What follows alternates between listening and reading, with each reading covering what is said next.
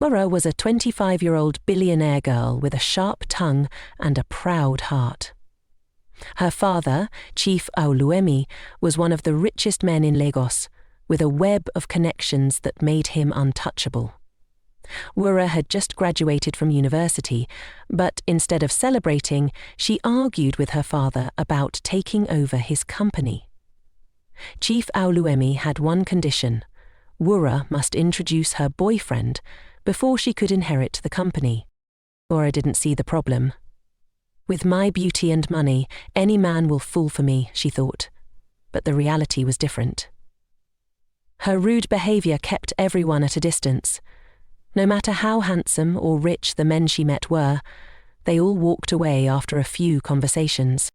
One sunny afternoon, Wura sat in her luxurious car, frustrated.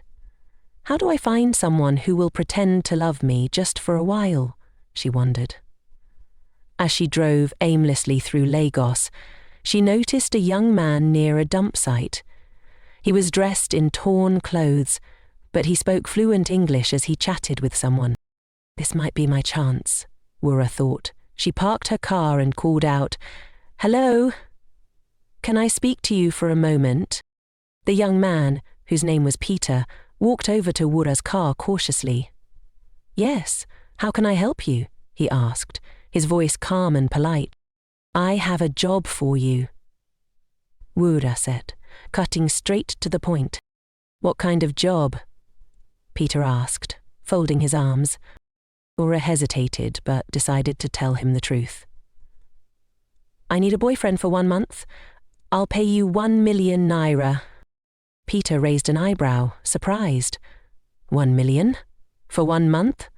That sounds easy, but I'll only do it if you pay me 2 million. Wura smirked. "Fine, 2 million. Get in the car." Peter hesitated for a moment, then got in.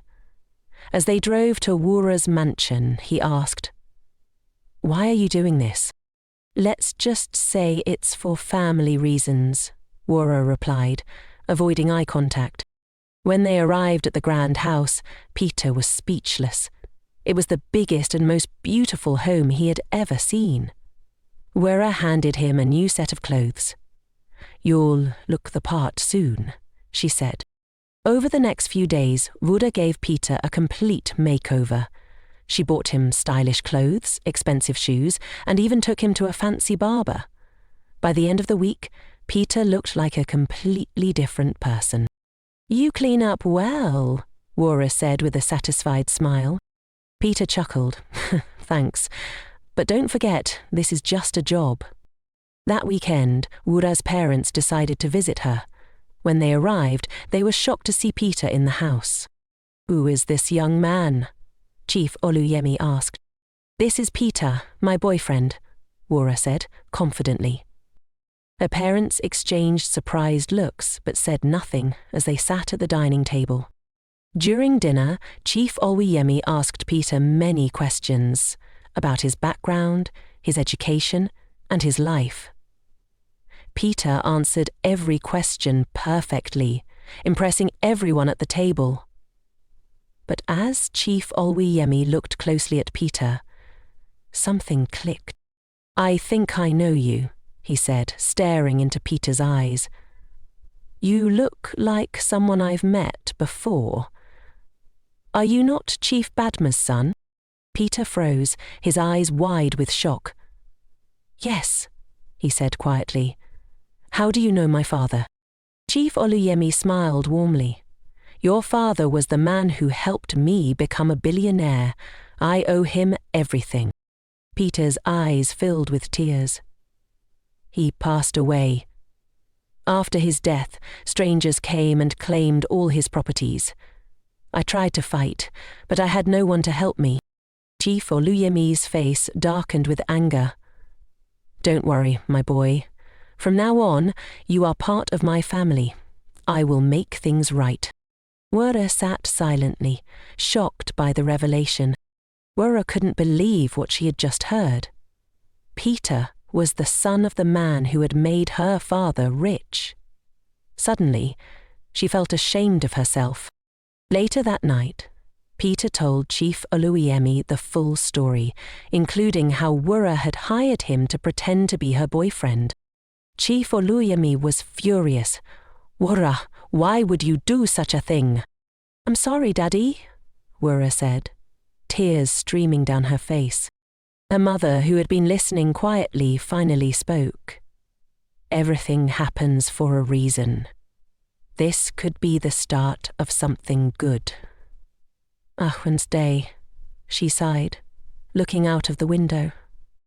After that emotional night, Wura couldn't stop thinking about everything Peter had said. She realized she had misjudged him from the start. He wasn't just some poor guy on the street. He was brave, intelligent, and dignified, even in the face of loss.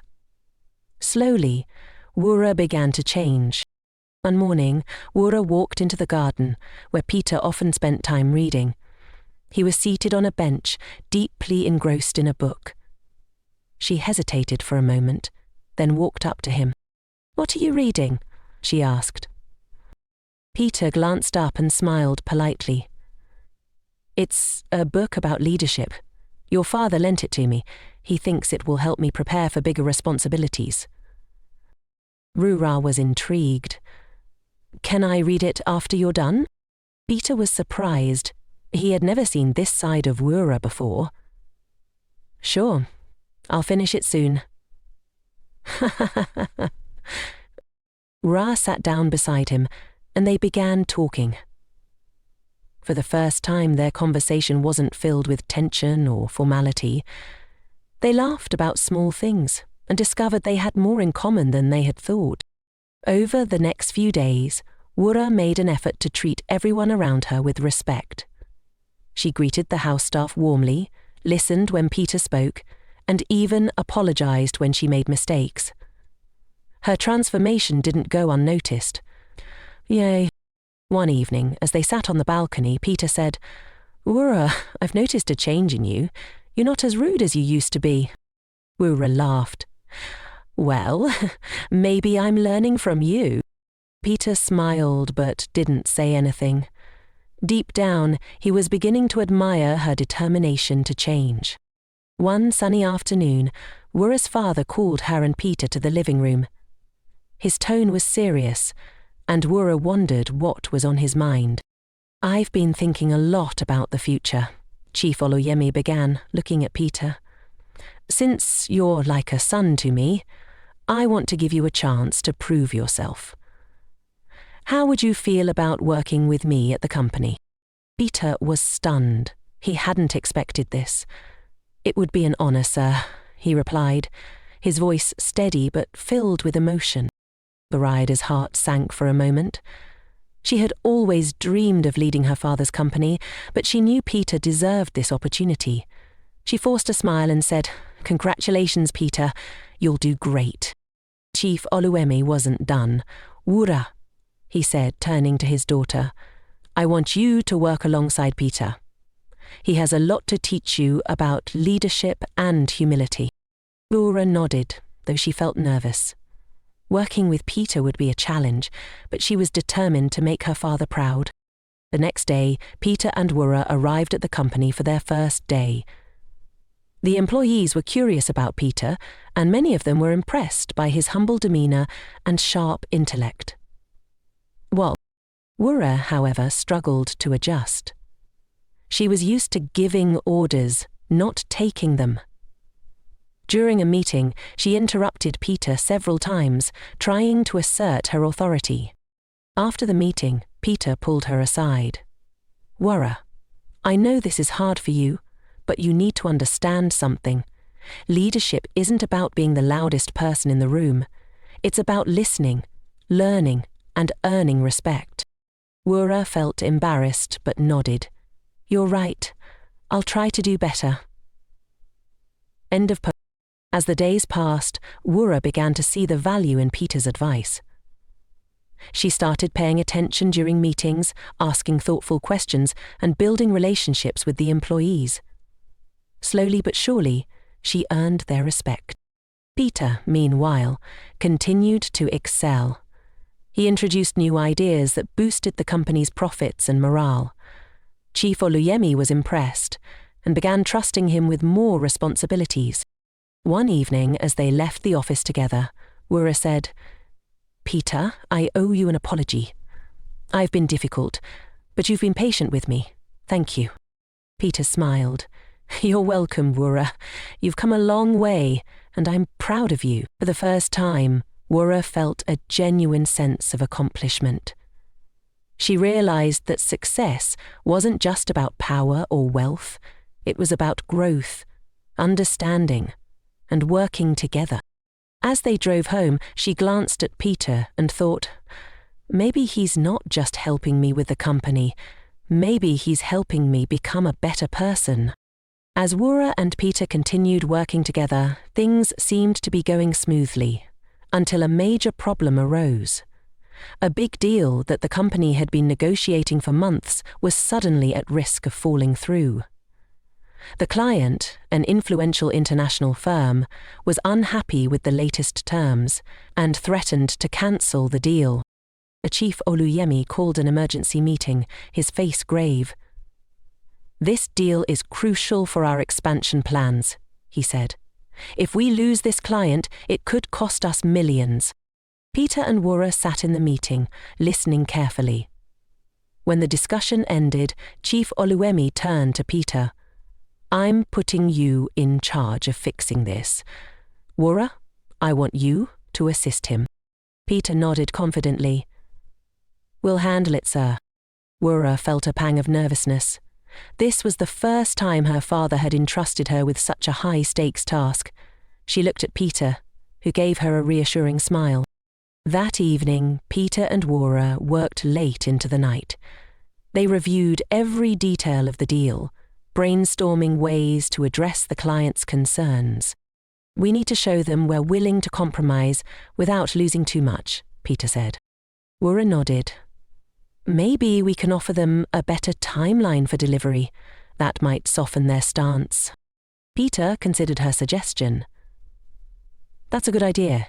Let's draft a proposal and schedule a meeting with their team tomorrow." The next day, Peter and Wura met with the client's representatives.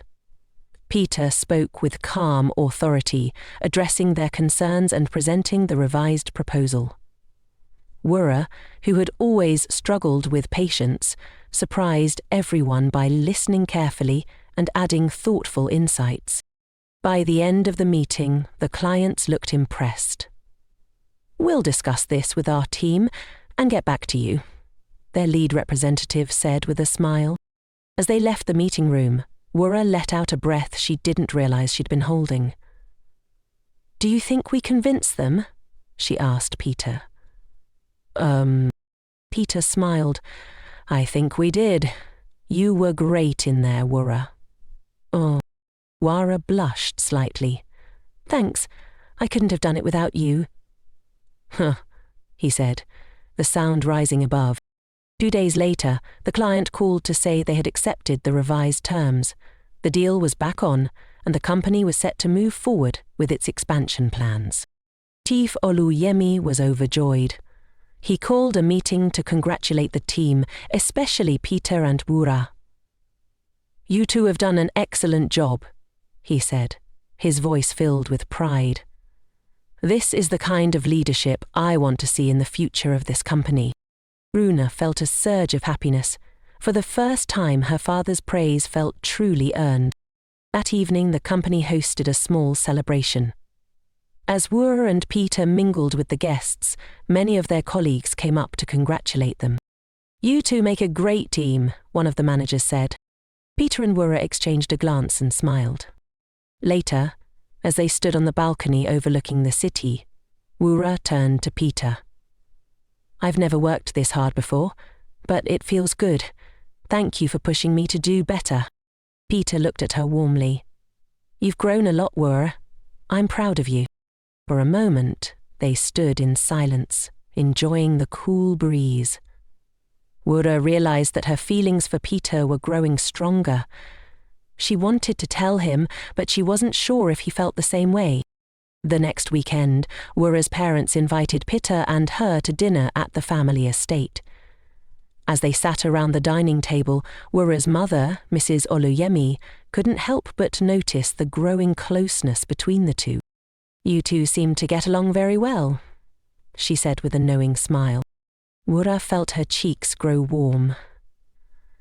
"We're just working together, Mama," she said quickly. But Chief Oluyemi, however, looked thoughtful.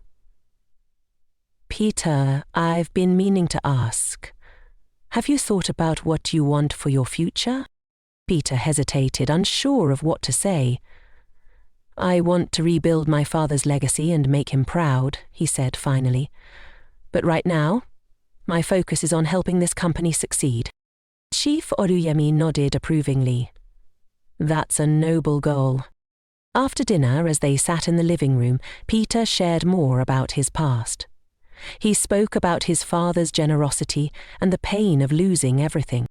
Wura listened intently, her heart aching for him. She realized how much he had endured and admired his resilience even more. Later that night, as they drove back home, Wura finally gathered the courage to speak. "Peter, I've been thinking a lot lately. I want to thank you for everything. You've taught me so much about humility and strength." Peter looked at her, his expression soft. "You've taught me something too, Wura, that even people who seem unchangeable can grow when given a chance." Wura smiled, feeling a warmth in her chest. She knew her life was changing, and for the first time she was excited about what the future might hold. Weeks passed, and the company continued to thrive under Peter and Wura's leadership. The more Wura worked with Peter, the more her admiration for him grew. His calm demeanor, intelligence, and kindness stood in stark contrast to the arrogance she used to display. One evening, as they finished a long day at the office, Wura invited Peter to dinner at her favorite restaurant.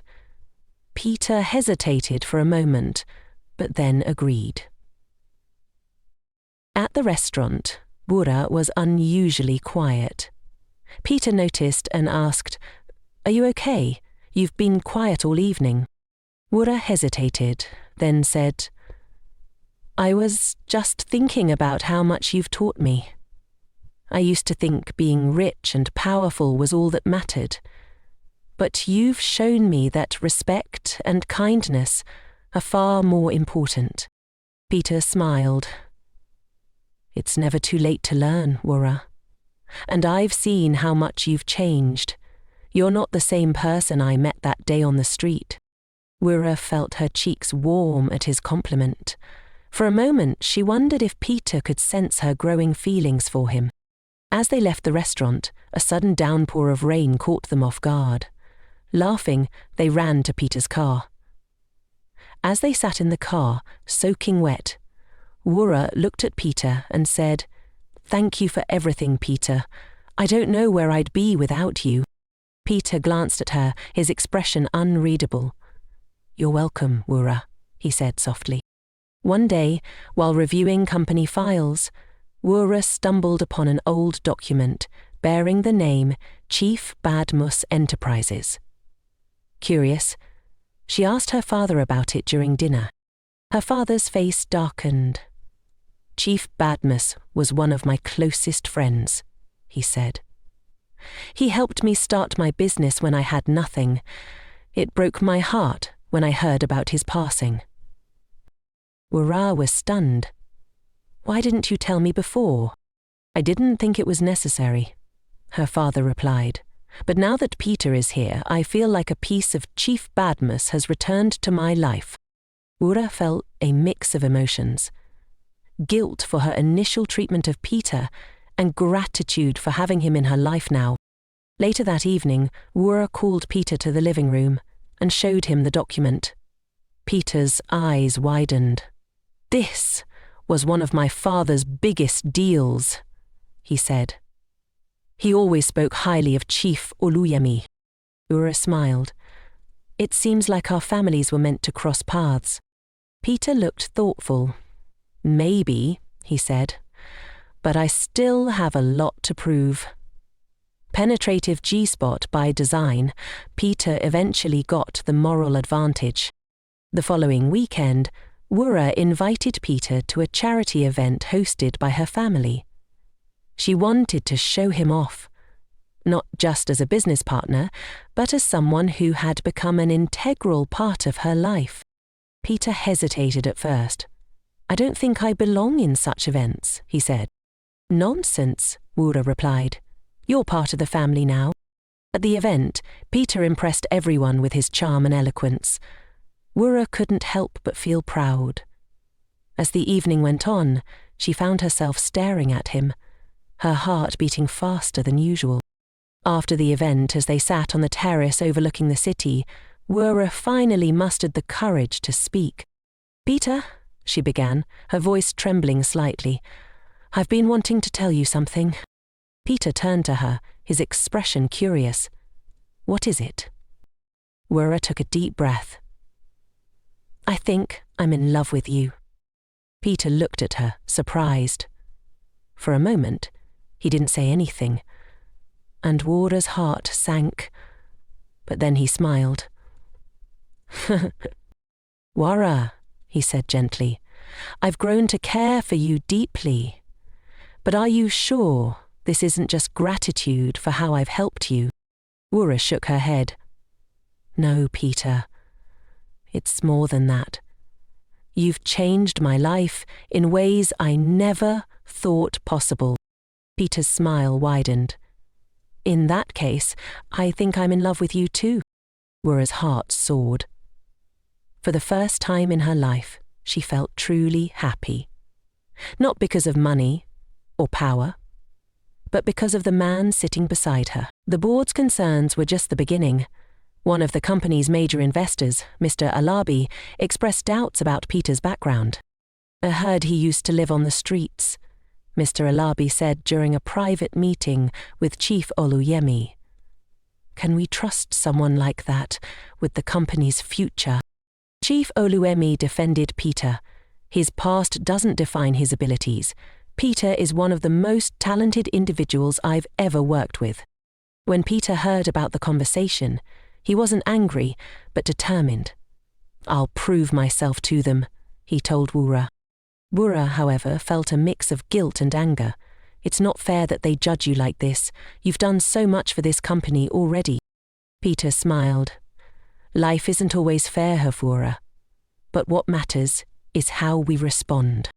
To prove his worth, Peter proposed an ambitious project to expand the company's operations internationally.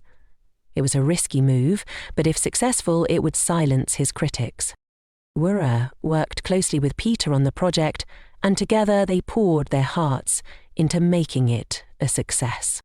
Months later, Peter's project was a resounding success. The company's profits soared, and even the most skeptical board members had to admit they had been wrong about him. At a celebratory dinner, Chief Oluyemi raised a toast. "To Peter and Wura, whose hard work has brought this company to new heights." Wura beamed with pride as she looked at Peter. "You did it," she whispered. Peter shook his head. "We did it." But just when everything seemed perfect, tragedy struck. Wura's father fell ill suddenly and was rushed to the hospital. The family was devastated, and Wura spent every moment by her father's side.